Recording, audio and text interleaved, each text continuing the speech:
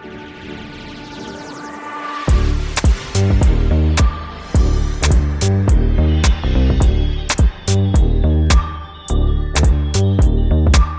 pessoal, nesta aula nós vamos tratar sobre a legislação e regulação dos fundos imobiliários. A gente vai avançar um pouco mais do que a gente viu na evolução e história do mercado de fundo imobiliário no Brasil. A gente já falou de quanto foi importante a regulação para que mais pessoas tivessem confiança e acessassem o mercado de fundos imobiliários, desde regras que foram implementadas até a parte de transparência tão importante para o mercado ficar forte. Mas vamos avançar aqui, falar um pouco da legislação histórica. E olha só, a gente já falou sobre isso. Os FIIs foram criados pela Lei número 8.668 de 1993, são regulamentados pela CVM 472/2008. E a gente já falou aqui também que essa norma foi importante, que ela trouxe a questão de distribuir 95%, que os fundos têm que distribuir no mínimo 95% dos rendimentos aos cotistas de forma semestral. Então isso aqui foi colocado lá e essa é uma legislação histórica. Porém, teve algo recente que a gente chegou nem a abordar tanto lá na parte de evolução histórica, porque é muito recente mesmo. Publicado pela CVM 23 de dezembro de 22, a resolução 175, então a gente vai falar da CVM 175, que consolidou e simplificou o arcabouço regulatório dos fundos de investimento. Só para vocês terem uma ideia, ele substituiu a instrução CVM 555 e outras 38 normas. Então era muita norma que estava ali chegando uma atrás da outra, e aí um falava de uma coisa, tinha dupla interpretação, porque às vezes uma falava uma coisa, a outra falava outra, e aí ele unificou. Entrou em vigor em 2 de outubro de 23 e trouxe mudanças significativas para o setor, como implementação de anexos normativos para classes específicas de fundos, incluindo os fundos imobiliários. Então, a gente vai falar bastante sobre isso, mas olha como é muito recente.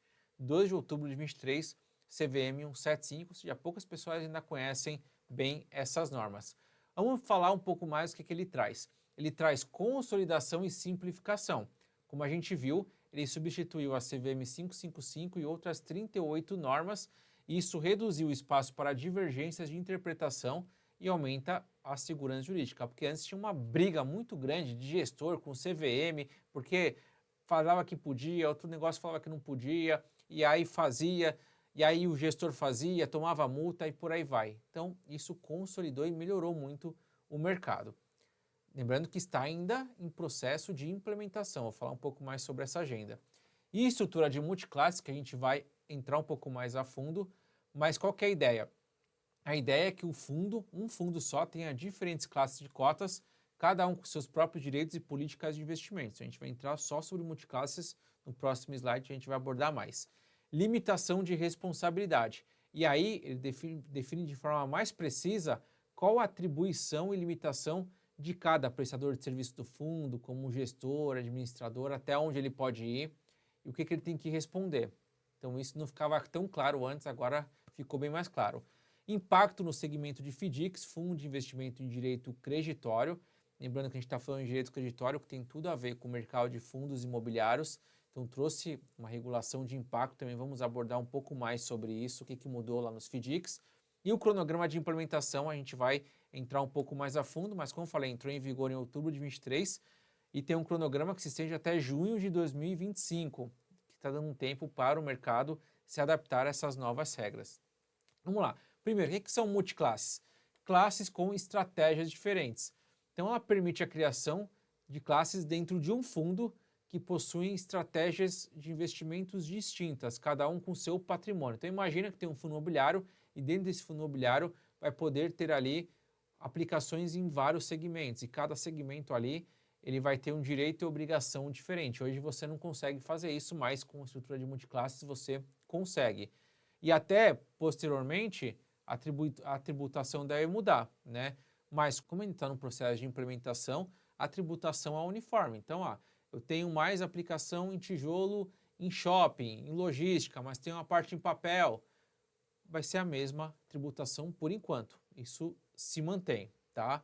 Para evitar complicação fiscal. Mais para frente eles podem pensar algo diferente, mas por enquanto é uma tributação uniforme. Operacionalização e eficiência. A estrutura multiclasse confere maior eficiência operacional, pois permite que o gestor gerencie ativos de um único veículo, divididos em classes e subclasses conforme necessário. Então tem lá o dinheiro, o patrimônio do fundo, e ele vai distribuindo em caixinhas dentro do próprio fundo. O que acontece hoje? Uma gestora que quer aplicar em vários segmentos, ele tem que comprar fundo por fundo. Então, esse fundo aqui vai aplicar em papel, esse fundo aqui em logística, esse fundo aqui em shopping. Então, ele vai ter vários tipos de fundos na mesma gestora.